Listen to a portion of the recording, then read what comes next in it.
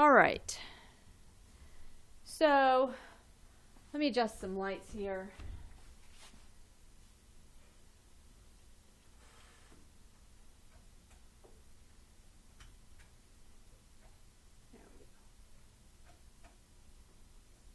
Okay.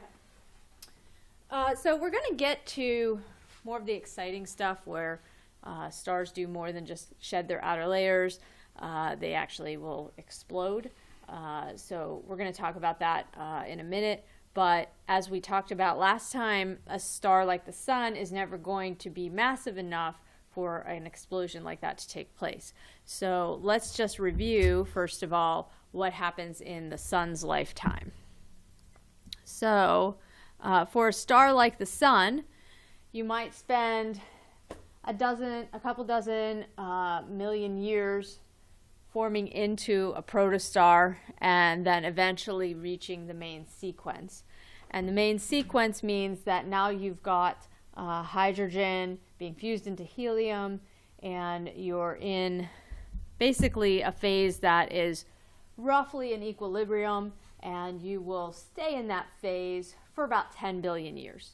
For us, of note, the sun is actually about a little more than 4.5 billion years into that total 10 billion year lifespan. So we've got another 5 or so billion years left of that typical fusion burning phase where hydrogen is being fused into helium.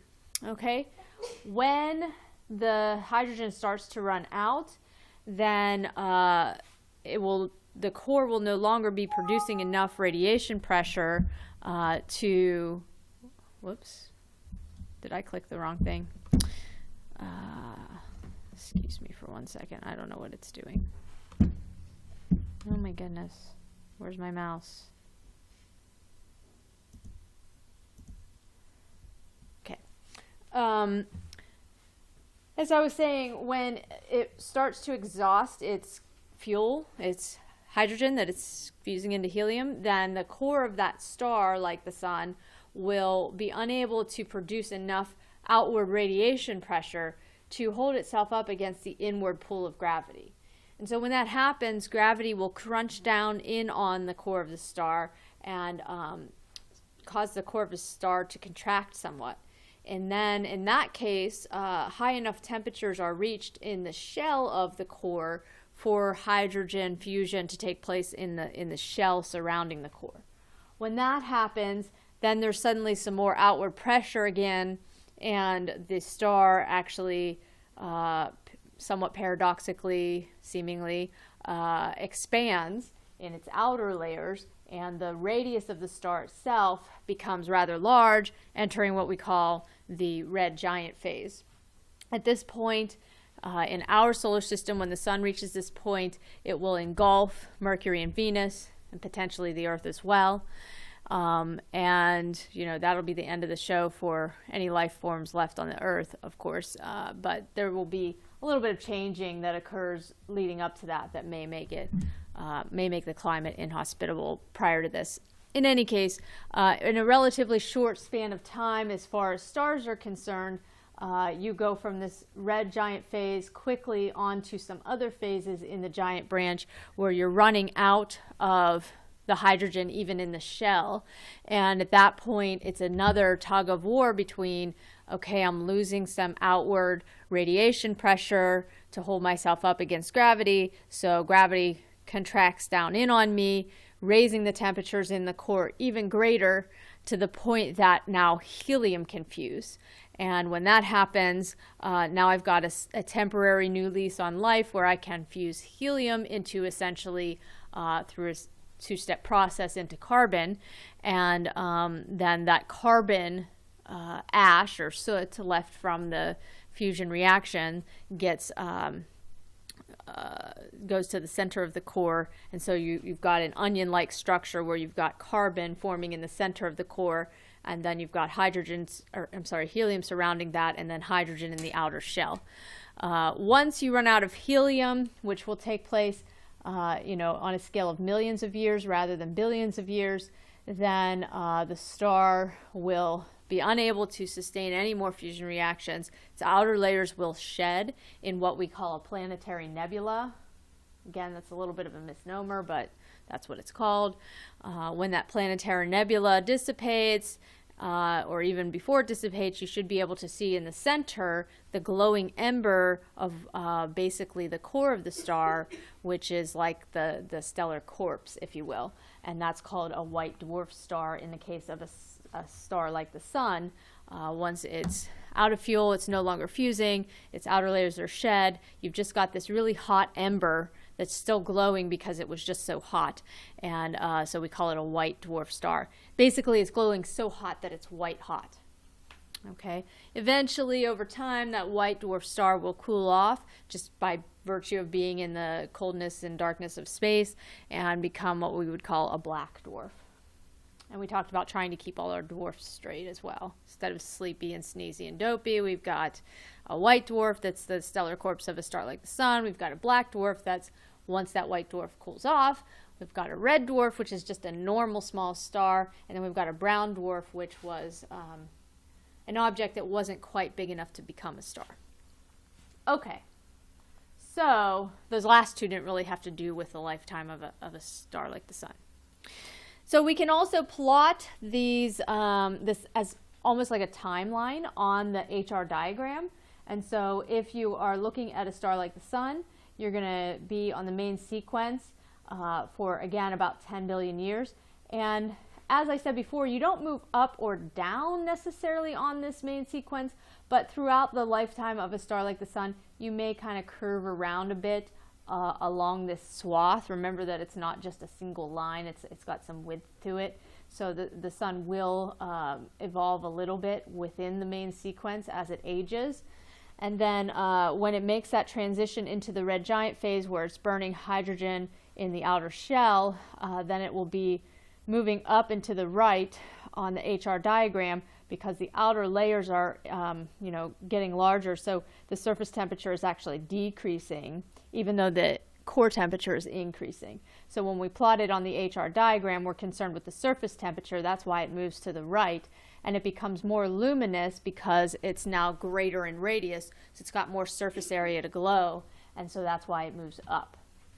At some point when it runs out of that helium in the shell, or I'm sorry, the hydrogen in the shell, it will undergo what we call the helium flash, where suddenly, due to the gravitational contraction of its core, it reaches hot enough temperatures for helium to start to fuse, and this happens pretty quickly, so that's why we call it a flash. And then it moves a little bit down on the HR diagram to this yellow giant phase, where it will stay for, millions of years rather than billions of years until it's exhausted its supply of helium. And at that point, it can, even though you might think, well, wouldn't just gravity contract more and make it hotter and now carbon can fuse and continue this process, there's just not enough mass to attract it any further to the point of reaching high enough temperatures for carbon to take place. Fusion to take place. So instead, it just runs out of the capacity to fuse anything, and then its outer layers will be shed in a planetary nebula. Once that's gone, all that will be left will be this white dwarf star in the center, which is essentially where the core used to be, and now it's just this glowing ember of remains. So I went through that kind of fast, but again, it was just kind of a review of what we talked about last time. Is everybody clear on all that? Here again is another picture of a planetary nebula. It kind of just shows that the radiation pressure is what pushes those outer layers off. Here's a picture of a planetary nebula with a white dwarf star in the center. Okay, and another one closer up. Actually, I think that's the same one. Yeah. And like I said, the surface temperature of that white dwarf star is super hot just because it was once the core of the star, and so it reached those enormous temperatures. So even once that outer material is shed, it still remains hot. You're talking about 25,000 Kelvin, but it cools over time very gradually. Okay, so questions about any of that? When it becomes like the Yeah. Does it ever just like completely fade, or is it always kind of there? Yeah, I mean, it will fade. Do you mean fade in terms of brightness or? Like, does it ever just like go away and just like dissolve or something? No, the mass that it was will still be there. So remember that essentially that core of the star is now like carbon. So think of like charcoal, right? Charcoal is like carbon, and when you light it and it's really hot, it's like white and glowing, and then over time it cools, and like a cooled off charcoal is just dark, right? So that's essentially what it will become eventually, is just this cold, dark lump of carbon in floating in outer space, which I guess, you know, you could just run into if you didn't know it was there. Obviously, there would be gravitational interactions that would maybe tell you it's there. But yeah, that's why we don't really have nice, pretty examples to show you of pictures of black dwarfs. Because, A, they take forever to cool off. So to actually find one, for there to have been enough time for one to have cooled off to that point is going to be tricky to find to begin with. And then also, even if you could theoretically find one, it's going to be so dark that its mass is still there, but it's not giving off light. So the only way you're going to see it is if there's some sort of gravitational interaction, which then it's got to be interacting with something that is luminous for you to see it. So So how long does it take to turn into the black dwarf on the white? I want to say it's like billions of years. I don't actually know the exact time scale. I thought that I heard at one point that it exceeded the age of the Milky Way, so that in theory there wouldn't even be any in our galaxy, but I could be wrong about that. I do know that it's a very long time, so probably on the order of billions of years. Other questions about that? Okay, so now this nice pretty picture that I've painted for you that was, you know, very kind of simplistic, I guess you could say, doesn't account for the situation where maybe it's not a star in isolation, right? Our sun is a solitary star. It's not a binary star where there are two stars gravitationally associated with one another, but binary stars are really common in the universe. So a natural question would be, you know, what happens if you have more than one star gravitationally bound together? If you have a binary star system, how do the death stages unfold, and is there anything weird that can happen? I showed you a picture last time of Sirius A and Sirius B, and I mentioned that, you know, Sirius B is already just a white dwarf star because it's already passed on, whereas Sirius A is still in the last stages of its life, so it's still large and glowing, whereas Sirius B is just this little white dwarf. So what can happen if you have that kind of situation where you've got an aging, dying star alongside with a white dwarf star that's already passed on, and it's basically a stellar corpse? So some interesting things can actually happen. These two stars can interact in different ways.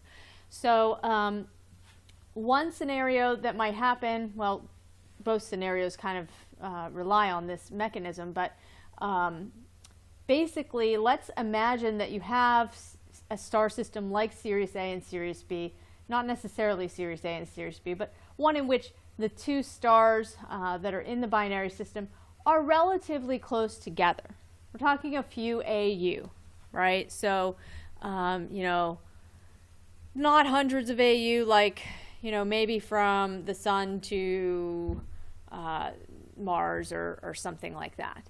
And that's the distance you're talking between the two stars. If they are that close, remember that I said when the sun ages, its outer radius is going to be essentially where our orbit is. So now imagine that you've got you know, a giant star that's all the way out, you know, more than halfway to the next star that its companion is. And let's say that this one has already passed on, it's shed its outer layers, become a white dwarf star, but now this one is starting to age and become a red giant. If it's bloated out in size close enough to this white dwarf star, then this white dwarf star's gravity can siphon off some of the mass from this red giant star. Basically, gravitational attraction from the white dwarf star itself will pull some of that mass in orbit around it, okay, and attract it into like a disc-like shape around the white dwarf star, okay? And so when this happens, what's happening is this white dwarf star is accumulating mass in its outer regions, okay? Why is that important? Well, it's an unstable situation. Basically, as it, remember that this thing is really hot, right? And it's attracting all of this matter to it, to its very hot surface. So what can happen? What can happen is that if enough of the matter accumulates, then you can have a sort of catastrophic fusion reaction rather than a stable fusion reaction like you have in the core of a star. This is just almost like an explosion where the fusion takes place like that, like a flash, and all that material that has been accumulated in the outer parts of the white dwarf star suddenly fuses its hydrogen into helium. Because remember, the temperature required for hydrogen fusion is not as great as it is for helium, so it's actually not that difficult for it to reach that point where that fusion can be triggered. Okay, when this happens, it creates a very bright explosion, almost like, you know, an atomic bomb going off in the sky, and that bright explosion will make a star that's otherwise maybe not that bright look suddenly bright to us. And in fact, maybe you didn't even notice this tiny dim star to begin with, and then when this bright explosion takes place, suddenly you see a star there, and the night before you didn't. Okay?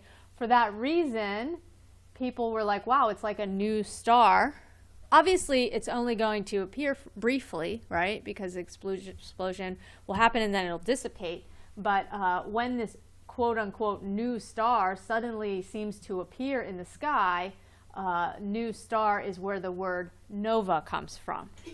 Okay, so a nova is essentially an interaction between a star that's in a binary system whereby all of the material that accumulates onto the white dwarf star suddenly explodes and makes it super bright.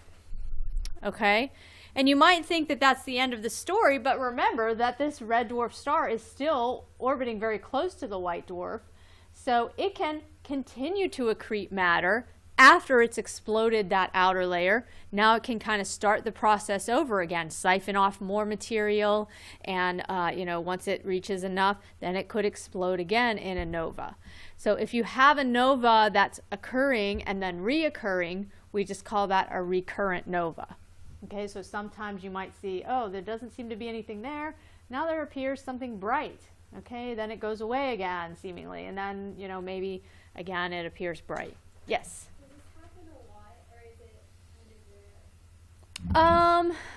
Well, I don't know. I guess it's how you qualify rare.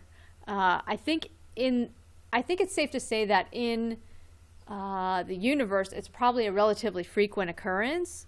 Whether or not we notice it or see it is probably more rare, because you kind of have to be looking in the right place at the right time. So, but because of the fact that so many stars are in binary systems, I don't think this is altogether very uncommon to take place. Of course, you do need the requirement that the stars are close enough that mass transfer can take place, but I think that that's still a relatively common situation. So, it's probably common in the universe, but not necessarily common as far as our observations. That's a good question. Okay. But we do have some observations of it, at least. So here is a picture of a nova that just went off, and then you see the bright material starting to dissipate out into space, and the white dwarf star still remaining in the center. I don't actually know what telescope this is. I'm sorry. But it's basically a picture of a nova. Okay? Now, a more extreme case, starts out the same way, where you're accumulating mass onto the white dwarf star, but if you can accumulate enough mass before it explodes like that in a nova, what can actually happen instead is essentially you're going to have a more catastrophic nuclear explosion. And in that case, we call this a supernova. And so when that supernova takes place, it basically obliterates everything near it. And anything that might be left of the white dwarf is just going to like fly off. It's no longer going to stay there. So obviously you can't have a recurrent supernova. It just occurs one time in this extremely catastrophic way where basically the whole thing blows out. Now, confusingly, there's more than one type of supernova. By the way, the plural of supernova is supernovae, but there's more than one type of these supernovae, and it wasn't always understood necessarily what the mechanism was behind a supernova when it occurred until later on. And so this type of supernova that takes place in a binary star system where a white dwarf star basically causes this catastrophic nuclear fusion reaction is called a type 1a supernova.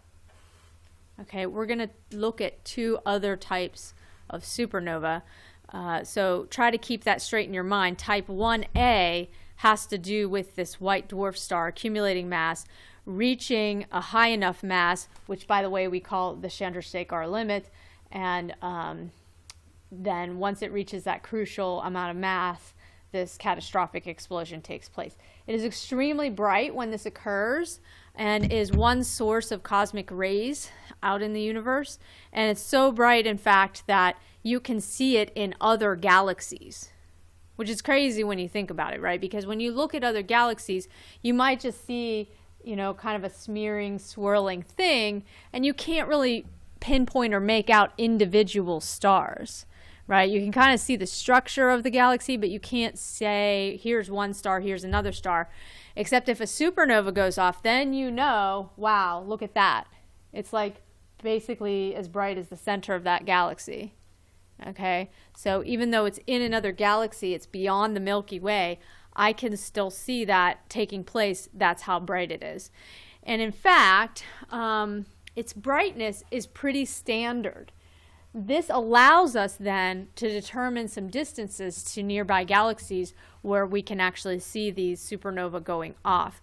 Remember we talked before about what we called standard candles, where it's essentially something that you know gives off a certain amount of light in a standard, predictable way. And based upon that knowledge, and the fact that you can determine how bright it appears to you, you can work backwards and then determine the distance it must be away in order for its brightness to be what it is, given how much light it gives off. So again, it's this idea that if I have a 60-watt light bulb and I put it 5 yards away, then it should appear such and such dimness to me, brightness to me. Whereas if it's only a meter away, it's going to appear a lot brighter, but it's still a 60-watt light bulb either way. So for a supernova type 1a, we know what its luminosity should be. We know what its wattage should be. And based upon that, if we look and see, okay, well, it should be this many watts and I'm only detecting it this bright, I know then that galaxy in which the supernova took place must be such and such parsecs away, and you can work backwards that way. So supernova type 1a is an important standard candle that helps us measure things beyond the Milky Way. We're not just talking anymore about some variable stars that may be near the Milky Way or in the Milky Way. We're talking distant galaxies. Now I can get kind of a yardstick to measure how far those galaxies are away and get some idea of the size and scale of intergalactic space. Okay, so we're clear on that. So we've basically explored the different things that can happen to a star like the Sun and or a star like the Sun that has a companion in a binary star system. What we haven't looked at are very massive stars. Very massive stars are going to end their lives very differently than the low mass stars. Hopefully this activity that you did earlier where you explored the ages and lifetimes of different masses of stars may have tipped you off to the fact that, okay, things are very different. You know, it's burning through fuel a lot faster in a more massive star. So that has implications for how it's going to end its life as well. Okay, so let's assume now that we've got a star that is really, really massive. Again, this story is never going to happen to the sun. The sun is never going to reach the mass required to explode, to ultimately explode at the end of its life. Perhaps if it was in a binary system, it could explode as a type 1a supernova or a recurrent nova. But, you know, barring that, an isolated star like the sun is never going to explode. However, let's imagine that we've got a very, very massive star. We're talking 25 times the mass of the sun initially, okay? When it reaches, again, this acronym ZAM stands for Zero Age Main Sequence. When it reaches the point where it lands on the main sequence, we call that Zero Age Main Sequence, ZAMS. Okay, it starts off at 25 masses of the sun, and it's going to remain on that main sequence for some millions of years, okay? Notice I said millions of years, not billions of years. And in fact, even within the scope of millions of years, it's less millions of years than the sun will live billions of years, right? We said the sun would live 10 billion years, whereas this 25 masses of the sun star is only going to live 6.5 million years on the main sequence. And it will, like the sun, evolve within the main sequence where, you know, it's still on that swath, the width of the swath that we would call the main sequence, but it's becoming a little more luminous and its outer layers are maybe cooling off a bit, but, you know, it's still on the main sequence. And the story starts off similar to the sun. Starts to run out of hydrogen to fuse in its core, is unable to hold itself up with outward radiation pressure against the inward tug of gravity, and so the gravitational contraction will cause the outer layers of the core to reach a hot enough temperature where they can fuse. So that part is very similar to the sun, where now I've got hydrogen shell burning taking place in the shell surrounding the core.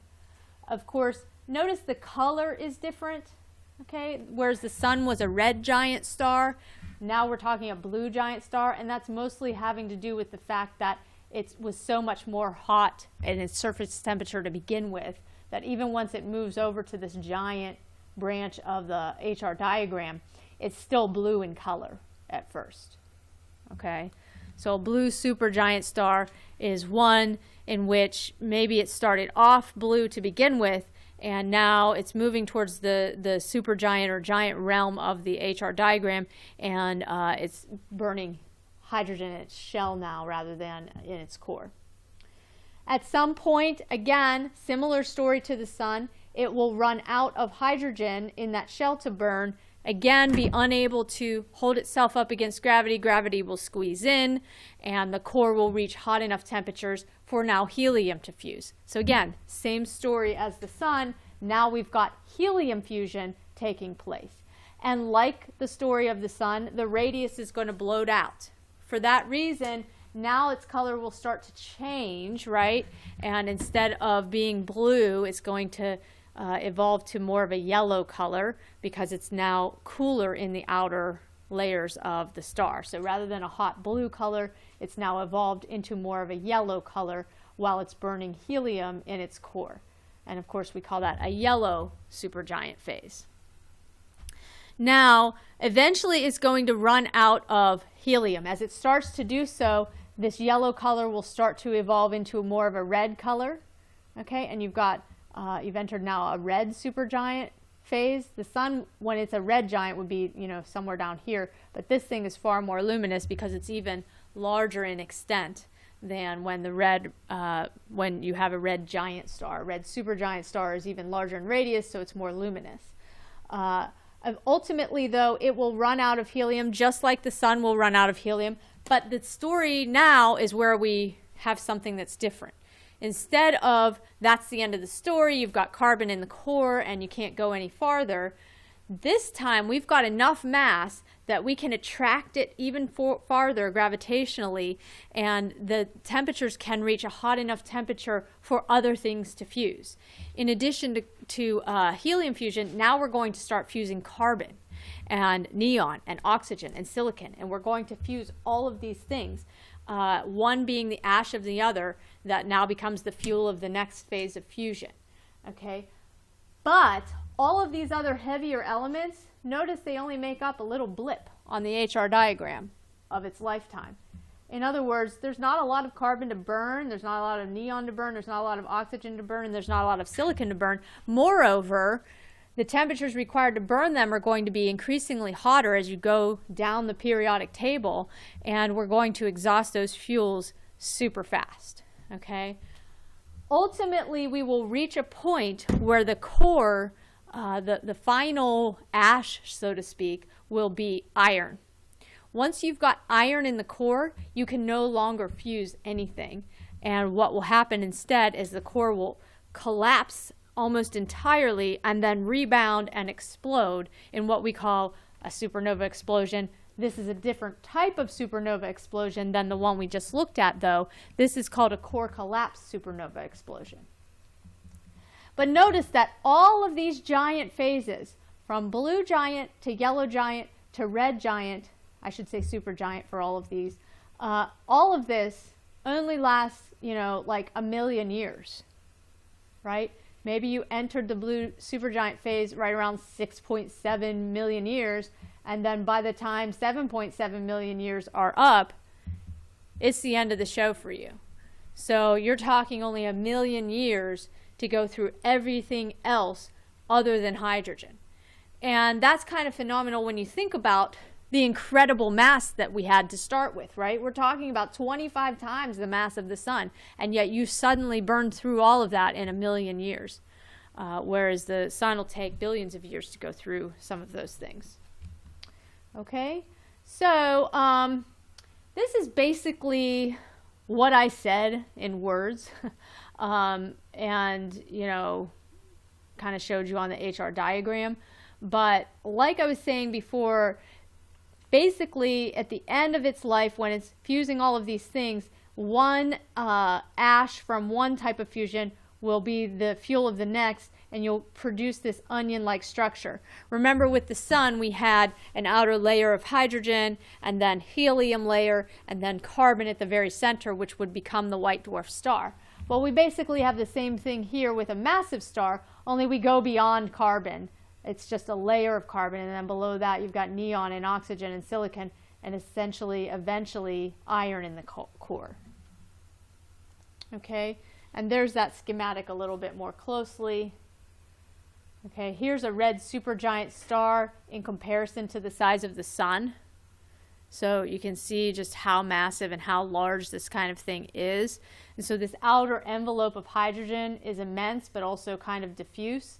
And then you've got all of this nested layered structure beneath that, where you've got some hydrogen shell burning taking place, which is dropping helium into its shell, and some helium fusion taking place, which is dropping carbon into its shell, and then carbon fusion taking place, which is giving you neon in the next shell, oxygen fusion taking place, which gives you silicon, and then silicon's ash is that iron in the core.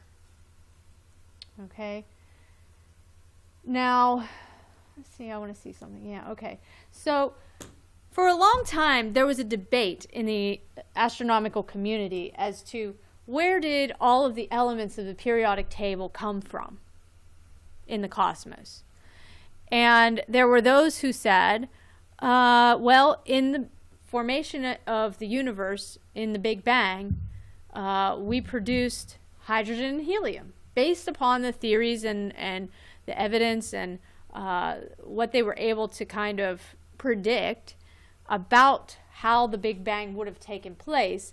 They can account for the creation of hydrogen and helium.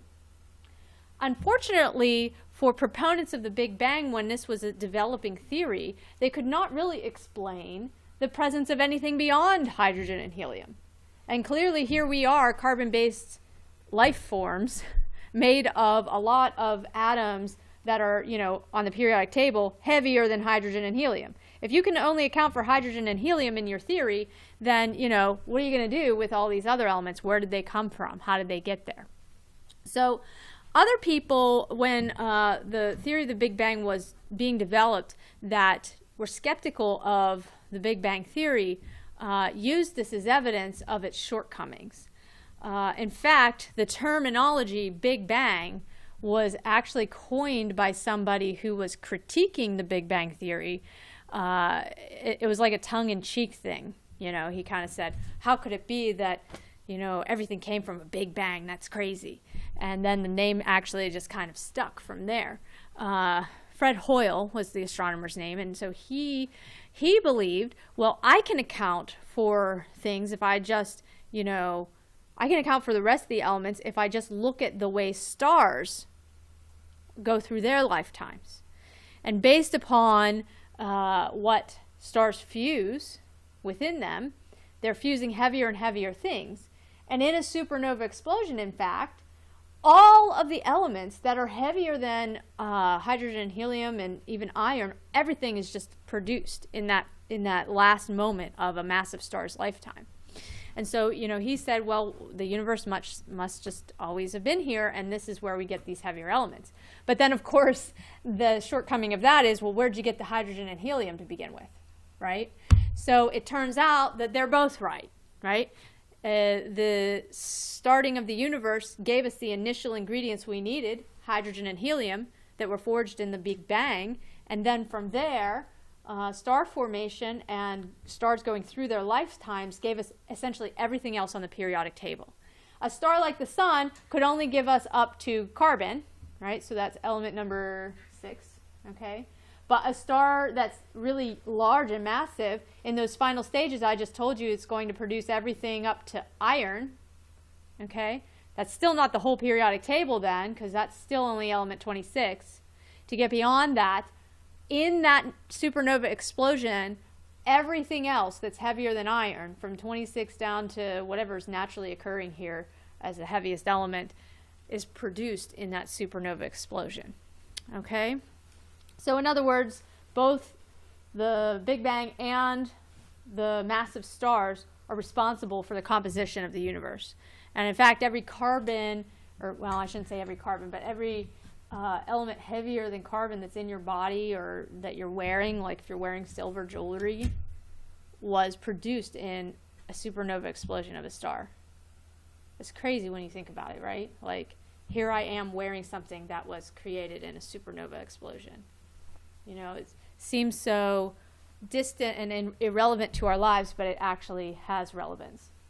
So the question might come up that, well, why is it that iron is the cutoff? Why are we suddenly unable to reach temperatures hot enough to fuse iron into something else and hold ourselves up against gravity by fusing iron and just go heavier on the periodic table?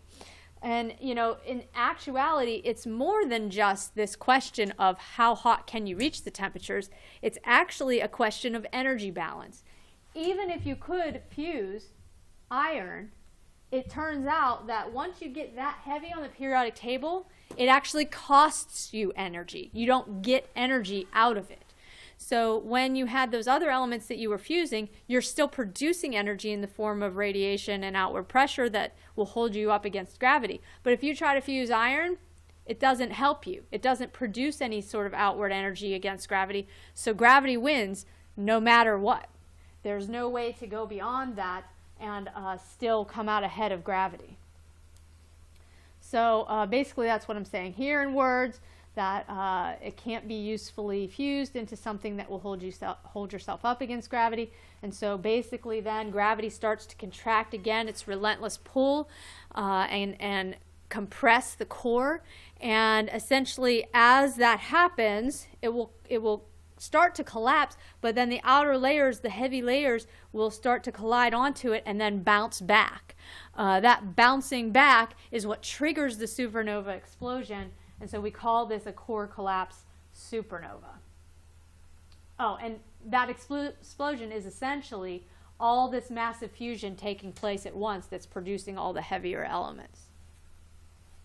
Okay, now so this is kind of comparing what we looked at before. I guess I didn't really explain when we were looking at a type 1a supernova what this was, but it's essentially a light curve, if you will.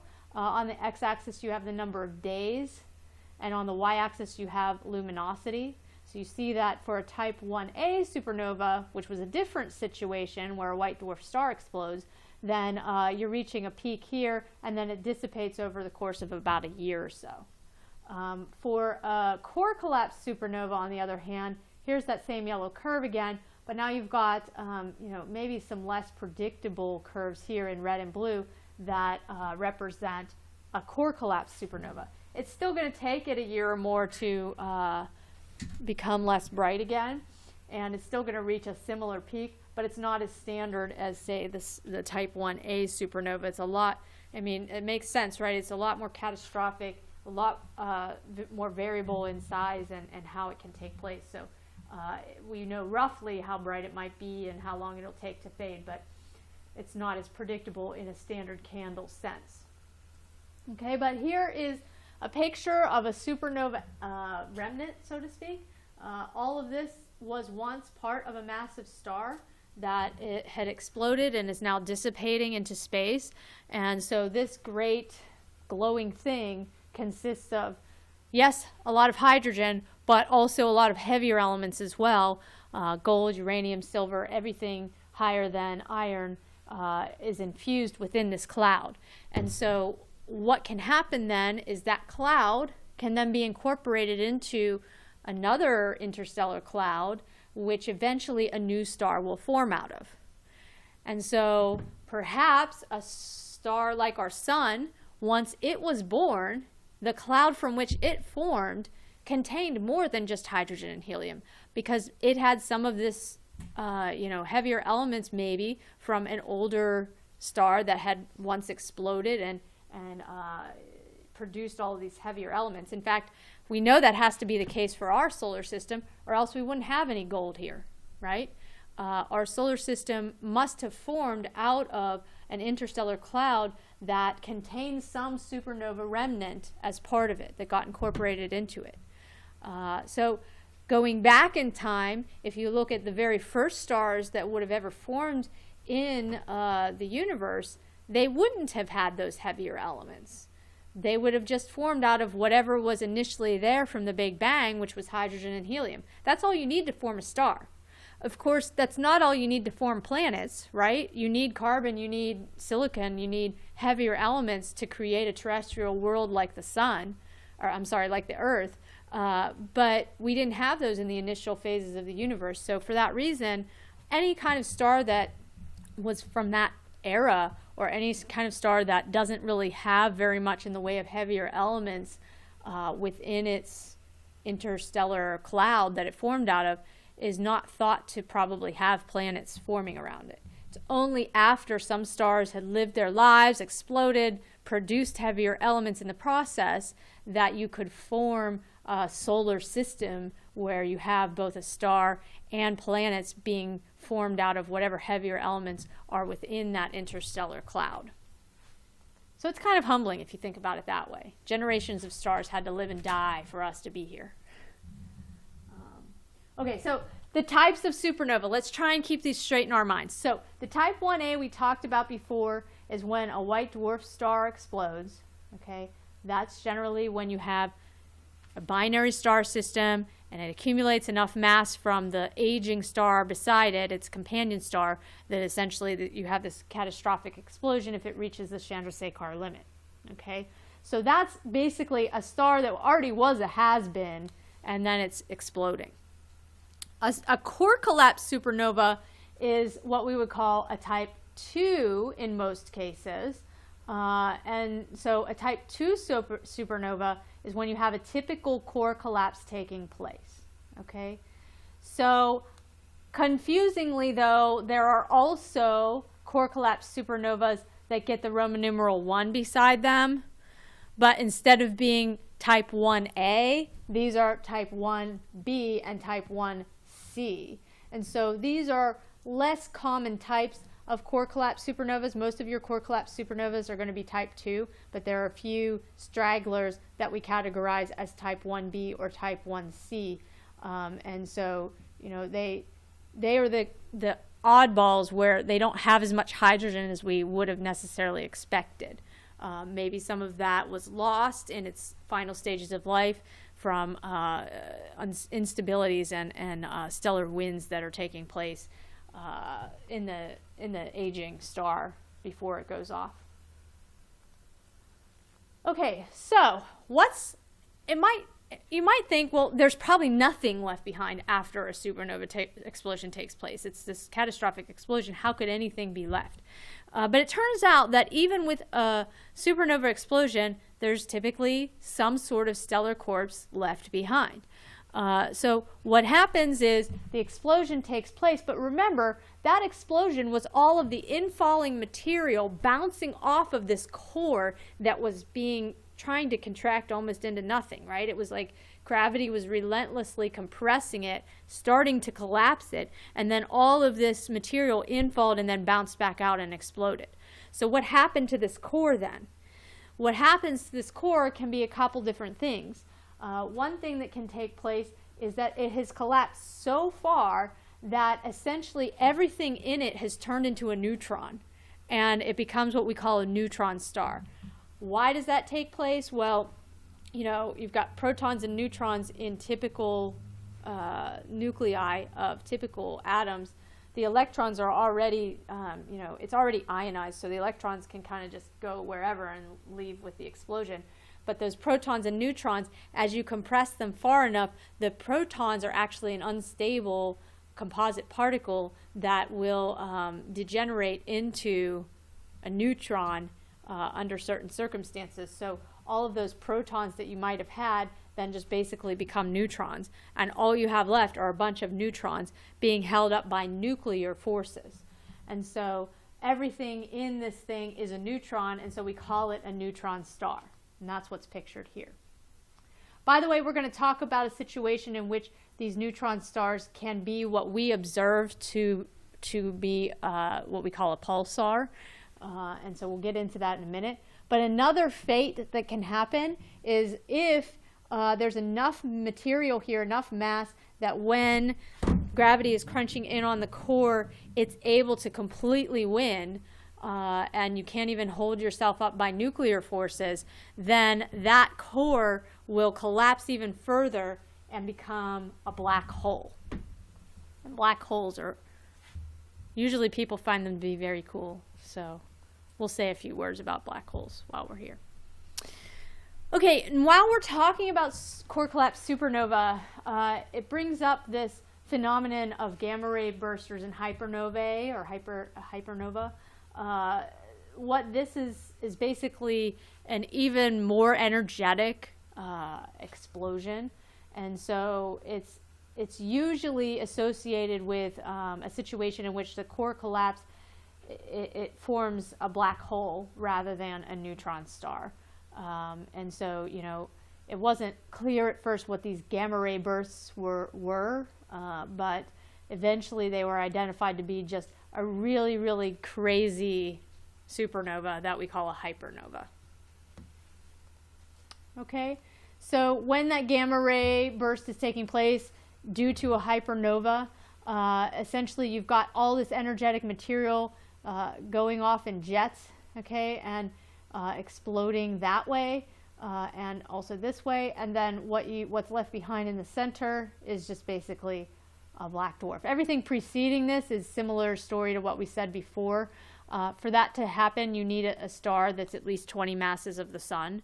So similar to what we were talking about initially on the HR diagram when we were looking at its lifetime. Okay, and so here's our first clicker question. My mouse, I can't even see it. Yeah, if you didn't get your clicker, please go ahead and do that.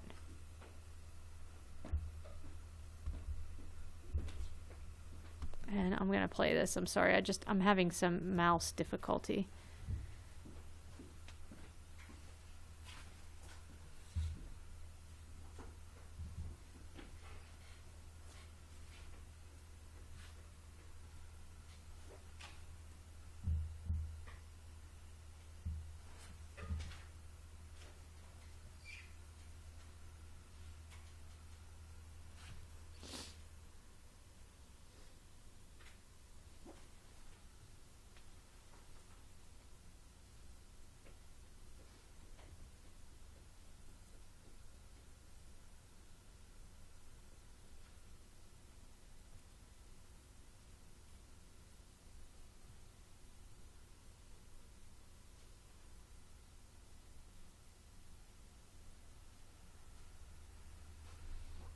right, are we all in?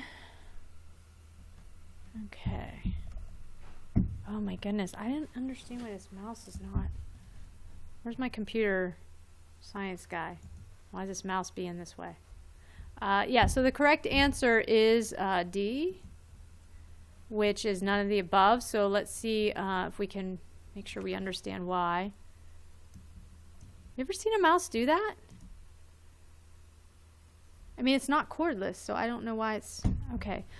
So the sun is basically, the answer here is just that it's just not massive enough to ever reach the point of having a core collapse. So you're not going to have answer A at A or B because you can't have a supernova. We're not massive enough. You can't have a hypernova because that would require even more mass.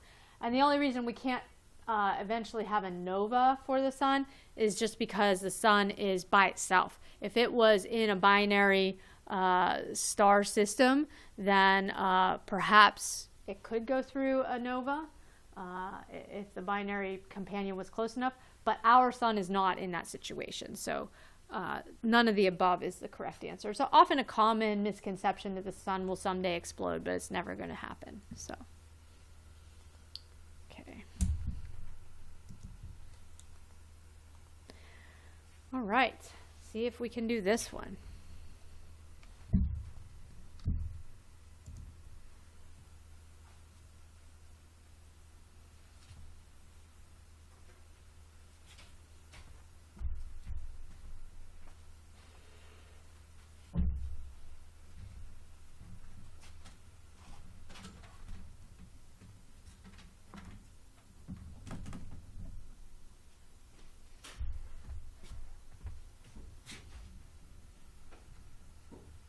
Didn't help.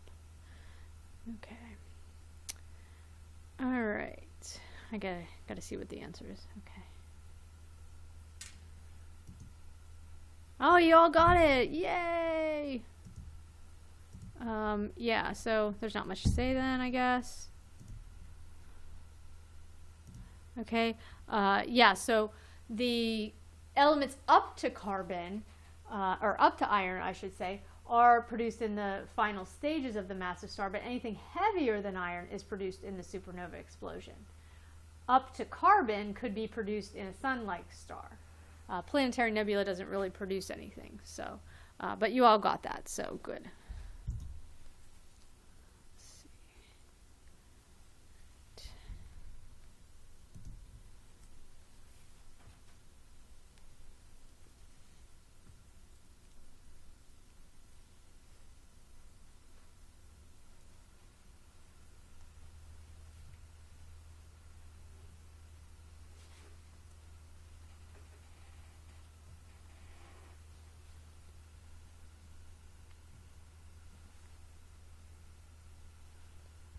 Okay, let's see what we put. Most of us said B, and B is the correct answer. So remember we talked about trying to keep our dwarfs straight. A red dwarf star is just a normal star. A white dwarf star is produced from a sun-like star. And then that leaves us with neutron star or none of the above. Well, this just says what could it be? And it could be a neutron star. It could also be a black hole. But one of the things it could be is a neutron star. So B is the correct answer then. Okay. Yeah. When a black hole forms, is there a neutron star there first and then the neutron star collapses in on itself? Or is it so large that the reaction happens all at once to form a black star? It could be kind of either or. If the neutron star is there, but it's too massive and is still gravitationally contracting. But that's probably going to happen relatively quickly. So, the neutron star would be like a passive phase. So from the way you described it, I was thinking that a neutron star forms and then a black hole forms. But you said it could be either or. So is it, you know what I mean? Yeah. If the reaction occurs, it becomes a neutron star and then it becomes a black hole, or it becomes a black hole. It could collapse entirely into a black hole. That's basically what a hypernova is doing. But with a supernova, it could have like a passive neutron star phase that it ultimately collapses. So, but for this one, we're just looking at what could it be. So it could be a neutron star or it could be a black hole. That's the way to look at it. So yeah, if I put black hole here, it might have been a little more like, I guess it still could be a black hole. Could be either or. Yeah, I mean, I got the answer. I was just wondering because of like how directly a black hole forms, because I was thinking that it goes through neutron star phase and then comes to Yeah. black hole, and not necessarily that it's possible. Yeah, if we go back, let's see if I can show you the distinction. So here with the hypernova, it's basically collapsing right into a black hole. But here, we're talking about if the neutron star is massive enough, it can keep collapsing into a black hole. So either of those scenarios can kind of take place. Does that answer your question? Yeah, the question was specifically about the supernova. That's why I was just wondering. Yeah. Because I was thinking that like it always becomes a neutron star. Oh, yeah. I guess that's true. Yeah. I guess I did say supernova and not hypernova. Yeah. Good point. Okay, so what is a neutron star if we could really kind of take a look at it more closely? What we think is that probably, and obviously we've never really like directly gone to a neutron star to be able to kind of tell you all of these things, but theoretically we think that, you know, even though the center is what I said, basically entirely neutrons, there's probably a crust, which, you know, the thickness of which is a little bit, you know, of a speculation, I guess, but, you know, maybe a few hundred meters thick of a crust where you have iron. And remember, that's just basically because you had iron in the core initially. So we think it would be surrounded by kind of a crust of dense iron, and then below that, entirely neutrons. Okay. The other thing is that these things are generally spinning kind of rapidly, and what can take place, you know, you've got spinning iron. Spinning iron is basically going to generate a magnetic field. That's another reason we think it's iron there, other than, you know, iron is produced in the core. But also, you know, a spinning metallic thing is going to produce a strong magnetic field. The Earth, in fact, has a magnetic field. I know we didn't really discuss planets, but the Earth has a magnetic field around us. That's how we can use a compass and tell north from south. And that has to do with the fact that we've got iron in our core and we're spinning, right? So it's essentially the same thing that's required, is that you have to have something metallic and it has to be spinning, and then you can generate a magnetic field. And so for this neutron star that's got this iron crust, it's spinning, and so it's producing a very strong magnetic field. And what that means is that, you know, remember, it's pretty hot still, so charged hot particles are going to be directed towards the polar regions, almost like in an inverse way to how when we receive radiation from outer space. And then what it can do is produce radiation beaming outwards, okay, from the poles of this magnetic field. Okay, and so that beam of radiation is going to mean that this part is going to glow a lot brighter than whatever might be glowing here, and this part is going to glow a lot brighter in that direction.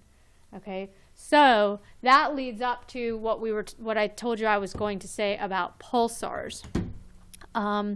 Before we get into this, I wonder if this is a good place to take a break. Let me just see, because this could go on a little ways. Yeah, why don't we stop here and take a break, and we'll come back at time is it now? We'll come back at like 10 after 11, and we'll start talking about pulsars from there. Oops, I didn't mean to hit that. Why did I hit that?